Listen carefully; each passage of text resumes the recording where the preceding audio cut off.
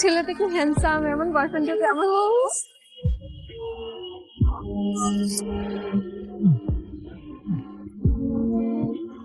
বল, ক্যাম্পাসে গেলে তোর যে ভন্ডমার্কা চেহারাটা দেখতে হয় এর জন্য আসে। এখন তো আমার চেহারা তোর পুরো পৃথিবীতে দেখতে হবে। কি করবি? পৃথিবী ছেড়ে দিবি? কেন? আমরা বিয়ে করবো, মানে আমি ব্যবসা শুরু করছি। আসলে তুই এত প্রশ্ন করিস কেন? হ্যাঁ, টাকা পেলি কোথায়? আমার ভাই আমার টাকা দিচ্ছে। শুরু করলো, আবার তুই আমার সন্দেহ করতেছিস। এক কাজ কর, তুই অন্য জায়গায় বিয়ে করে ফেল, বুঝছিস? তুই অন্য জায়গায় বিয়ে করে ফেল, আমি আর পারবো না এইসব নিতে, আমি রাখলাম না। ঠিক আছে, ওকে। I love you.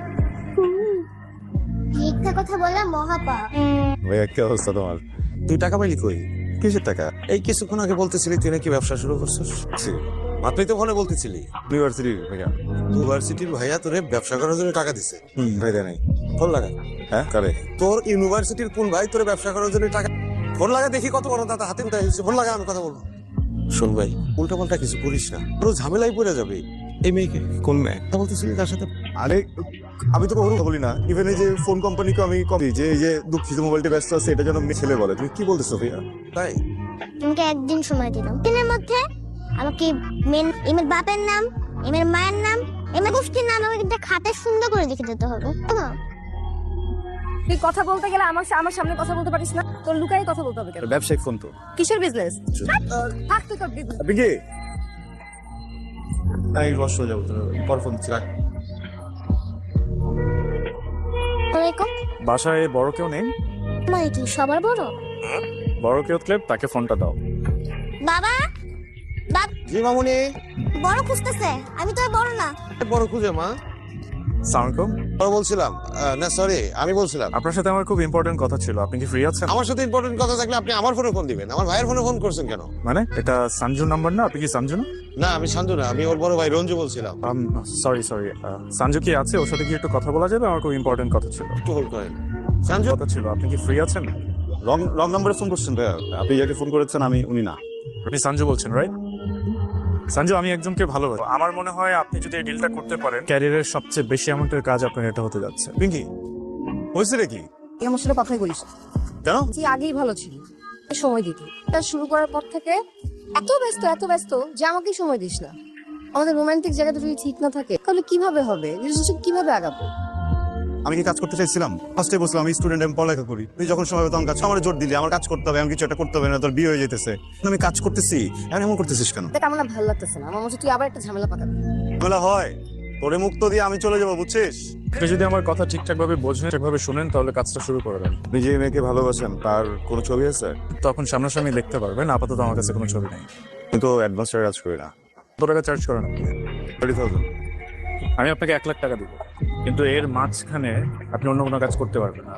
আপনাকে ফুল ফোকাস দিয়ে আমার এই কাজটা করতে হয়। বস কোনো ক্রাইম সিন আছে নাকি? এত টাকা কেন?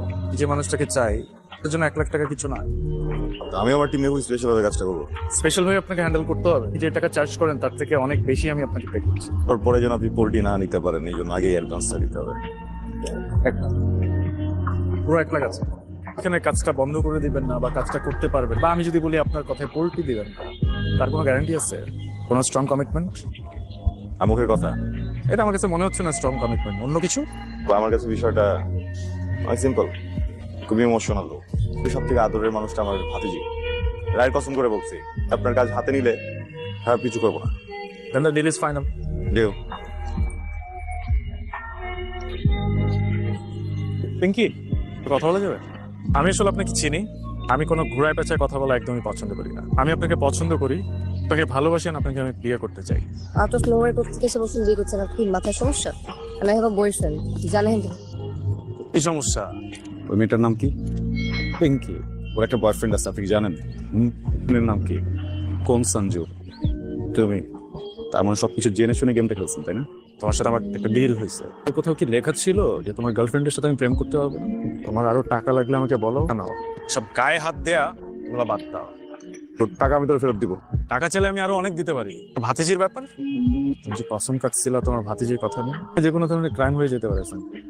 যে ছেলে 1 লাখ টাকা দিয়ে প্রেমের জন্য ইনভেস্ট করতে পারে, সে ছেলে যে কোনো কিছু করে ফেলতে পারে এনি টাইম। প্লিজ প্লিজ, আমার 5 বছর রিলেশনশিপ ভাই, এটা করেন না ভাই। ও যে আমার গার্লফ্রেন্ড না, আমার ফ্রেন্ড, আমার সব কিছু নষ্ট করে নেবে। আপনি যা বলবেন তাই করবো ভাই। ওকে, পা চলো, ওঠো ওঠো ওঠো। তোমার সাথে আমার যে ডিল হয়েছে এই ডিলটা কমপ্লিট করো। সবকিছু জেনে শুনে তুমি এই ডিলে হাত দিছো, আর এসব গায়ে হাত দিয়ে বাদ। আবার বলতেছি, বুঝতেছি তোর মন খারাপ, শেয়ার কর আমার সাথে। মিথ্যা বলার তো কোনো কারণ নাই, সত্যিই বলতেছি কিছু হয়নি। তুই বলবি? এসব ভালো লাগে না বুঝছিস, সবসময় একই রকম মুডে থাকে না। ব্যবসা একটা প্রবলেম হচ্ছে, একটা ডিল করে ফেলছি আমি, যে ডিলটা আমার করা ঠিক হয় নাই। রাখতেছি ভাই, বুঝছি কালকে রাতে একটু বেশি বলে ফেলছি, আই এম সরি। ব্যবসা এগুলো করতে গিয়ে না এটা ভেজাল করে ফেলছি বড়, বুঝছিস। সিসিন এখন আমার কি করা উচিত? তুই না এমন করিস না, তুই একটু ঠিক হ। আমি ঠিকই আছি। কিন্তু আমি মানসিক ভাবে না খুব বাজে আছি বুঝছিস, তুই তো মেন্টাল সাপোর্ট হ। যা কাউকে খুঁজে নে যে তোকে মেন্টাল সাপোর্ট দিবে। আমার গার্লফ্রেন্ড তুই, আরেকজন না যে আমি আরেকজনকে খুঁজতে যাবো তোর জন্য।